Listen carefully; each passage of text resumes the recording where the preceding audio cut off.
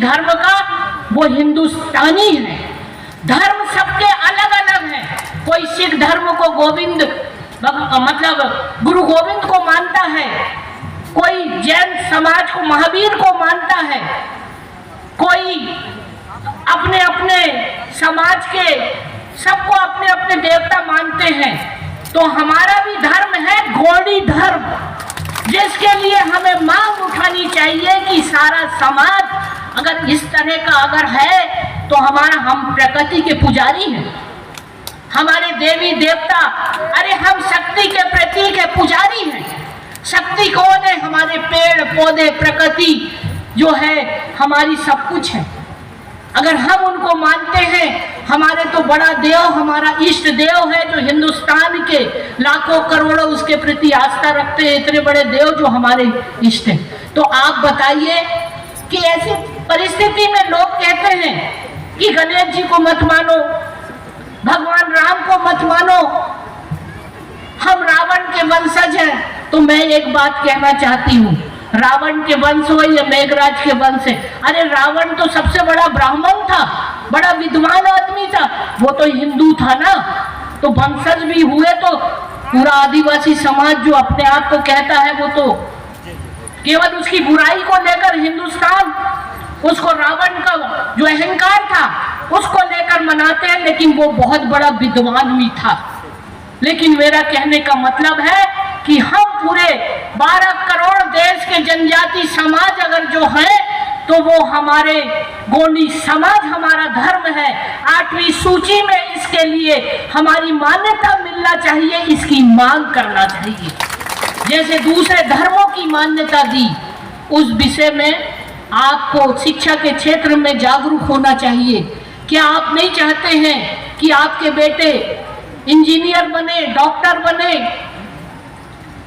अच्छे आईएएस बने, अच्छी नौकरी में जाए? आज मुझे सुबह ही 2 ऐसे नौजवान हमारे आदिवासी समाज के आए और कहा कि इनका अभी इनका सिलेक्शन हुआ है आईएएस के पद पर। ये कितनी खुशी की बात है। क्या उन्होंने ये रास्ता अपनाया था? बहुत सारे डॉक्टर्स हैं, अभी बहुत सारे अधिकारी भी हैं जो इस पद पर पहुंचे हैं। क्या इन्होंने इस तरह की शिक्षा दीक्षा देकर इस तरह का कार्य किया है? आज अगर मैं राज्यपाल के रूप में हूँ, ये समाज ये सोचना चाहिए कि मैं भी एक आदिवासी गौंड समाज से मैंने जन्म लिया है। अगर मेरी सोच, मेरी विचारधारा, मेरी समाज के प्रति कर्तव्यपरायणता अगर नहीं रहती तो शायद आज राज्यपाल के पद पर मैं नहीं पहुंचती।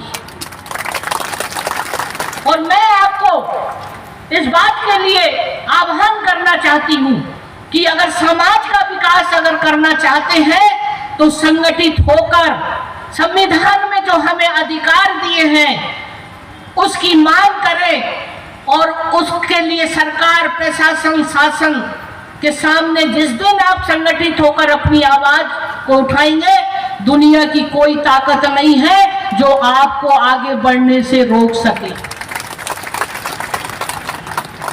अच्छा, ये बात बताइए, मैं जो भी कह रही हूं हाथ उठाकर बताइए,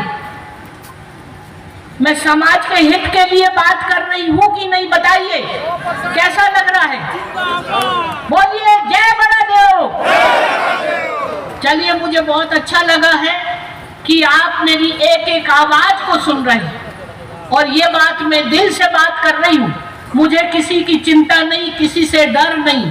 और अगर मैं किसी के लिए अगर सोचती हूं तो मेरा प्रयास रहता है कि उस व्यक्ति को अंतिम समय तक न्याय दिलाने का मैं प्रयास करती हूं।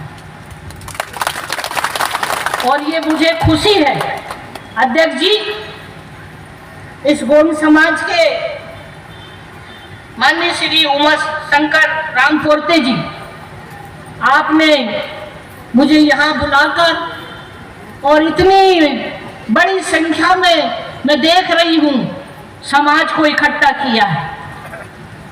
कभी कभी मैं ये भी सोचती हूँ कि समाज में बहुत सारे लोग कई तरह की बातें आपस में मगर अच्छी बताएंगे, करेंगे भी, लेकिन अगर जो व्यक्ति ने अच्छी बात को जीवन में अपना लिया, वो जीवन में अपने आप को, अपने परिवार को और समाज में वो बहुत सम्मान पूर्वक उसका लोग सम्मान देंगे।